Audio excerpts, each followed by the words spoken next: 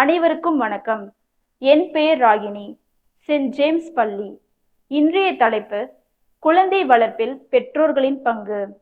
ஒவ்வொரு குழந்தையையும் வளர்ப்பது என்பது பெற்றோர்களுக்கு மிகப்பெரிய சவாலான கடமையாக இருக்கும்.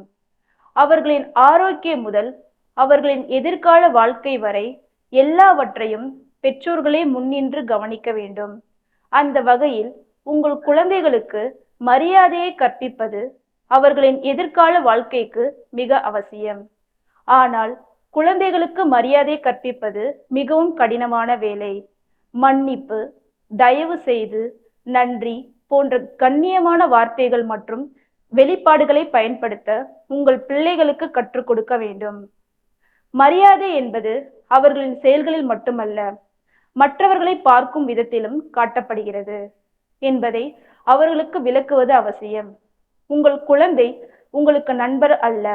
உங்கள் குழந்தையிடம் நீங்கள் நண்பராக பழக வேண்டும். ஆனால் எல்லா நேரங்களிலும் நீங்கள் நண்பராக இருக்க முடியாது. உங்கள் குழந்தை வளரத் தொடங்கும் போது ஒரு பெற்றோராக அவர்களுக்கு மரியாதையை கற்றுத்தர வேண்டும். உங்கள் பிள்ளைகள் எல்லோரிடமும் எப்படி மரியாதையாக நடந்து கொள்ள வேண்டும் என்பதை அவர்களுக்கு கற்பிப்பது உங்கள் பொறுப்பு.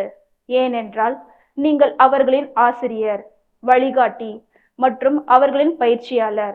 இந்த இடத்தில் உங்கள் குழந்தை உங்கள் நண்பர் அல்ல. அவர்கள் உங்கள் குழந்தை என்பதை நினைவில் கொள்ளுங்கள். உங்கள் குழந்தை வளரும்போது உங்கள் உறவு மேலும் நட்பாக உருவாகலாம்.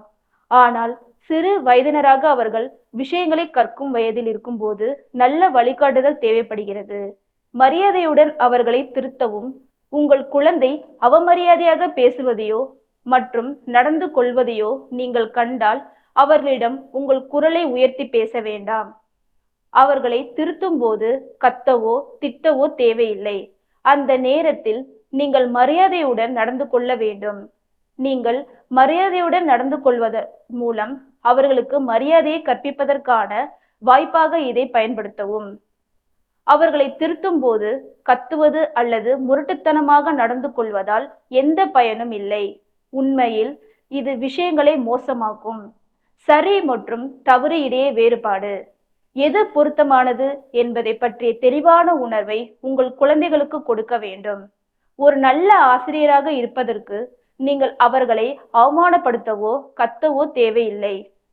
ஒரு பொது இடத்தில் கூட உங்கள் பிள்ளையின் நடத்தையை நீங்கள் சரி செய்ய வேண்டுமானால் தனியாக அழைத்து பேச வேண்டும். மற்றவர்கள் முன்னிலையில் அவர்களின் தவறுகளை சுட்டிக்காட்ட வேண்டாம். மேலும் சரி தவறுக்கு இடையேயான வேறுபாடுகளை அவர்களுக்கு சொல்லிக் கொடுக்க வேண்டும். பாராட்ட வேண்டிய விஷயங்களுக்கு உண்மையிலேயே பாராட்ட உங்கள் குழந்தைகளுக்கு கற்றுக் கொடுங்கள். உங்கள் குழந்தை ஏதாவது நல்ல விஷயத்திற்காக பாராட்டுகளை பெற்றால் நன்றி என்று சொல்லவும். மற்ற நபரிடமும் பணிவையும் கருணையும் சேர்க்கும்படி அவர்களுக்கு அறிவுறுத்துங்கள். மீண்டும் மற்றொரு காணொளியில் சந்திப்போம். நன்றி.